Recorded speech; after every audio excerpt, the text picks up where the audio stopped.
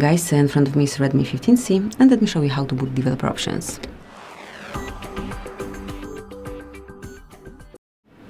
So first of all, open the settings. Then find and select About Phone. Here, tap 7 times on OS version. And as you can see, now you are a developer, but you need to provide your pattern before it's activated. If you don't have any lock screen, it will be done automatically. Now just go back, scroll all the way down, and enter additional settings. From now on, developer options can be opened from this panel. Smoothly use them however you like, and whenever you want to lock them again, just unmark the stop indicator. Thank you for watching. Please subscribe our channel and leave the thumbs up.